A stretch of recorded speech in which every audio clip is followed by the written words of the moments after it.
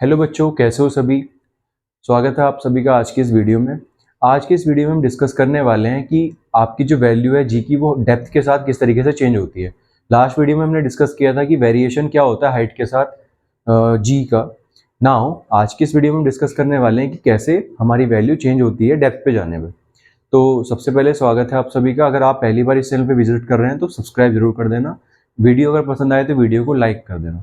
चलिए मिलते हैं अर्थ से। सबसे पहले मान लीजिए अर्थ पे आप अगर कहीं पे भी लाई करते हैं अर्थ की सरफेस पे, तो आपकी जो वैल्यू होगी अर्थ सरफेस पे, मान लीजिए अर्थ की रेडियस आर है, सेंटर से आर डिस्टेंस दूर हमारे पास लेट से अगर कोई भी पॉइंट होगा अर्थ की सरफेस पे, कोई भी बॉडी होगी जिसका मास स्मॉल एम होगा, तो हमने पढ़ा था सबसे पहले कि भाई एम जी जो है हमारे लिए force that is equal to the force of gravitation between these two bodies. हमने अर्थ को कंसिडर किया है एम मास की एक बॉडी जिसकी जो हमारे पास एवरेज डेंसिटी है वो रो है। देन हमारे पास ये फॉर्मूला होगा हमारे पास G capital M small M upon में आर स्क्वायर। एम से एम को कट करने पे हमें यहाँ पे एक फॉर्मूला मिलता है जी एट सरफेस जो होता है G M upon r square. ये हमारा फोर्स है जो कि हमारे पास फोर्स ऑफ अट्रैक्शन है किसी भी बॉडी के ऊपर लगने वाला जो कि अर्थ की सरफेस पे लाई करता है। क्लियर। तो पहले हमारे पास जो फॉर्मूला है वो हमारे पास मिलता है जी का। मान लीजिए अर्थ का मास, पूरी जो अर्थ है हमारे पास उसका मास m है, तो अगर मास की वैल्यू फाइंड करनी हो तो हम करेंगे वॉल्यूम इनटू डेंसिटी। वॉल्यूम क्योंकि एक spherical body we are considering, then the volume of this is 4/3 pi are cube into rho. This is the value of m। Put कर देंगे इसमें तो हमारे पास मिल जाएगा हमें g is equal to ji into 4/3 pi are cube rho divided by R square से R to the power 3 cancel out. Now the value is G into 4/3 pi are into rho. This is the value of G. Let कि ये हमारी equation number जो है 1 हो गई है। इसको आप इक्वेशन 1 कंसिडर कर सकते हो। नाउ मान लीजिए कि अर्थ की आप गहराई में जा रहे हैं, डी गहराई पे आप नीचे चले गए, ठीक है। पर्टिकुलर मान लीजिए ये पॉइंट हमारे पास ये ए पॉइंट है और ये मान लीजिए बी पॉइंट पे आप चले गए अर्थ की डेप्थ पे। मुझे वैल्यू फाइंड किसकी करनी है? डेप्थ पे, यानी कि आपको इस बी पॉइंट पे जी की वैल्यू फाइंड करनी है। तो अब क्या किया जाए? अब हमारे पास मान लीजिए कि इस अंदर बॉडी में जब आप गए हो तो यहाँ पे क्योंकि ये अंदर आ गई थोड़ी, तो इसका मास एम यहाँ पे आ गया। इसके ऊपर भी बहुत सारे फोर्सेस लग रहे होंगे जो इसको अट्रैक्ट करोगे अपनी तरफ। अब इधर भी कहीं ना कहीं कोई बहुत सारी बॉडीज के यहाँ पे पॉइंट होंगे, तो भाई ये सब इसको अट्रैक्ट कर रहे होंगे। बट इन सबका अट्रैक्शन फोर्स एक दूसरे के इक्वल होने की वजह से या तो कैंसिल हो जाएंगे या ओवरऑल जो फोर्स ऑफ अट्रैक्शन है वो हमारा यहाँ पे 0 हो जाएगा। बट इसके अंदर एक ऐसा बॉडी हो जो इसका मास मान लीजिए एम डैश, ठीक है, डेंसिटी रो ही रहेगी। मान लीजिए हम कंसिडर करते हैं इसे एक बॉडी जिसका मास एम डैश है, तो ये इसकी सरफेस पे लाई कर रहा है। सरफेस पे लाई करने की वजह से यहाँ पे हमारे पास एक फोर्स ऑफ अट्रैक्शन होगा mg और ये हमारे इक्वल होगा अट्रैक्शन फोर्स के, यानी कि यहाँ पे एग्जिस्ट करती है हमारे पास जो g की वैल्यू है यहाँ पे निकाली जा सकती है आराम से, इसको मान के m मास की एक बॉडी। नाउ बाकी जो भी हमारे पास मान लीजिए देखो यहाँ पे और भी पॉइंट्स होंगे कुछ ऐसे, ये अलग अलग पॉइंट्स इसके ऊपर अट्रैक्शन फोर्स क्रिएट कर रहे होंगे। मान लीजिए इस सरफेस की अगर हम बात करें तो इस पे चारों तरफ से अलग अलग फोर्सेस लग रहे होंगे। ये अपना एक अलग थोड़ा टॉपिक है, बट हाँ ओवरऑल फोर्सेस आर 0, तो हम यहाँ पे इसको इग्नोर कर सकते हैं। स्फेरिकल शेल के अंदर अगर कोई पॉइंट है तो वहां फोर्स ऑफ अट्रैक्शन सभी क्या हो जाते हैं, एक दूसरे को कैंसिल आउट कर देते हैं, overall 0।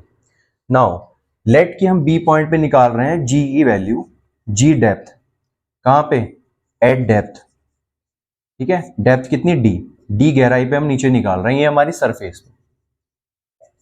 Done. Now G D की जो वैल्यू होगी वो होगी हमारे लिए जी, मान लीजिए एम डैश इसका मास है तो एम डैश अपॉन में डिस्टेंस कितनी हो गई इसकी, अब यहां से अगर हम बात करें ये वाली, तो ये मेरी हो जाएगी आर माइनस डी। तो r minus D whole square. Now m dash कितना होगा, एम डैश मेरे लिए होगा v इंटू रो, यानी 4/3 पाई, रेडियस क्या लेंगे R minus D cube into density same रहेगी average density and R minus D whole square. ये whole square power 3 cancel out. Now मेरे पास जो जी डी का फॉर्मूला आ गया वो सिंपल मुझे मिल जाएगा G into 4/3 pi are minus D into rho. ये हम इक्वेशन नंबर सेकंड को कंसिडर कर सकते हैं यहाँ पे।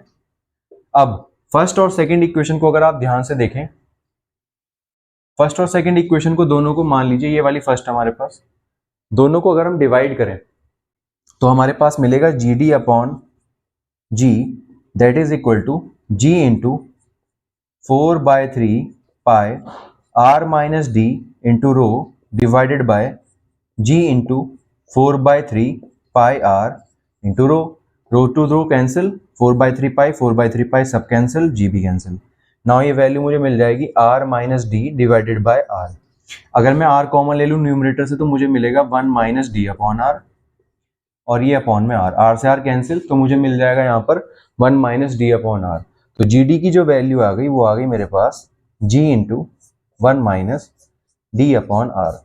और यही फॉर्मूला होता है हमारे पास किसी भी डेप्थ पे वैल्यू ऑफ जी फाइंड करने के लिए। तो इस तरीके से हम कैलकुलेट कर सकते हैं। अगर हम अर्थ को मान लें मास m और स्फेरिकल बॉडी रेडियस r के साथ, देन हम इजीली फाइंड कर सकते हैं कि किस तरीके से आपकी जो जी डी होगी डेप्थ पे जी की वैल्यू वो होगी G into 1 minus D upon R. बात करें अगर वेरिएशन की, तो हम अगर ध्यान से देखें तो इस फॉर्मूले में आ रहा है हमारे पास g माइनस समथिंग जो भी डी जी अपॉन आर। कुछ भी माइनस अगर हो रहा है, मान लीजिए अगर आप कुछ भी माइनस कर रहे हो जी में से, तो जी की वैल्यू तो हमेशा छोटी होगी ना फिर। तो डेप्थ पे जो वैल्यू है हमारी वो हो जाती है डिक्रीज, जो कि होती है सरफेस से। तो भाई ये वेरिएशन का मतलब ये है कि आप जितना नीचे जाओगे इस पर्टिकुलर हाइट से सरफेस से, जी जो होगा वो होगा डिक्रीज। और अगर आप हाइट पे भी जाते हो, जिसमें लास्ट में हमने समझा था, अगर आप हाइट पे भी जाते हो तो भी जी की वैल्यू क्या होती है, डिक्रीज। दोनों सरफेस पे, मतलब अगर ऊपर भी आप जा रहे हो सरफेस ऑफ अर्थ से तो भी वैल्यू क्या होगी, जी की कम होगी, और अगर आप नीचे जा रहे हो तो भी वैल्यू जी की क्या हो जाएगी, कम हो जाएगी। बट केस इज कि आप कैसे बताओगे कि किस में रैपिडली इंक्रीज या डिक्रीज हो रही होगी। डिक्रीज बेसिकली किस में ज्यादा हो रही होगी, आप ऊपर हाइट पे जाते हो तो आपका एक फॉर्मूला आता है, इसको हटा दें अगर हम, तो एक फॉर्मूला है हमारे पास G H is equal to G 1 minus 2h upon R. और ये वाला जो फॉर्मूला है वो है G H is equal to G 1 minus D upon R. यहाँ पे डी अपॉन आर हो रहा है, यहाँ पे डबल हो रहा है, मतलब आप जितना हाइट पे जाओगे आपकी जो वैल्यू है जी की वो तेजी से कम होगी। मतलब डिक्रीज तो हो रही है, बट आपकी यहाँ पे जो डिक्रीज हो रही है वो होगी रैपिडली, काफी तेजी से। यहाँ पे तेजी से डिक्रीज कहाँ पे होगी, हाइट पे जाने पे। इसलिए आप जितना हाइट पे जाओगे और अगर डेप्थ पे जाओगे तो आपको लगभग डबल नीचे जाना पड़ेगा। मतलब आप हाइट पे जो भी जा रहे हो वहां पे आपको डबल पे मिल जाएगी वो। कहने का मतलब ये है कि ये आंसर हमेशा तेजी से कम होगा, आपकी जो जी एच होगी। जी डी इतना तेजी से कम नहीं होगी क्योंकि वहां पे सिर्फ डी आ रहा है। इसका मतलब ये है कि हम समझ सकते हैं कि रैपिडली अगर चेंज करना है तो आपको हाइट पे जा सकते हो आप, वहां पे आपकी जी की वैल्यू कम हो जाएगी। बीच में आ जाएंगी तो वहां पे आके जीरो हो जाएगी। तो इस तरीके से हम देख सकते हैं कि जो जी की वैल्यू है वो चेंज होती रहती है, आप अगर हाइट पे जा रहे हो तो भी, आप अगर डेप्थ पे जा रहे हो तो भी। तो आज के इस वीडियो में इतना ही। हम कोशिश करेंगे कि आगे भी और भी टॉपिक पे वीडियो बनाएं 11th क्लास के फिजिक्स के लिए। तो अगर आपने वीडियो यहाँ तक देख ही लिया तो इस चैनल को सब्सक्राइब जरूर कर देना, शेयर कर देना अपने सभी दोस्तों में। मिलते हैं नेक्स्ट वीडियो में, तब तक के लिए अपनी पढ़ाई करते रहिए और all the best for your future exams. Okay, welcome.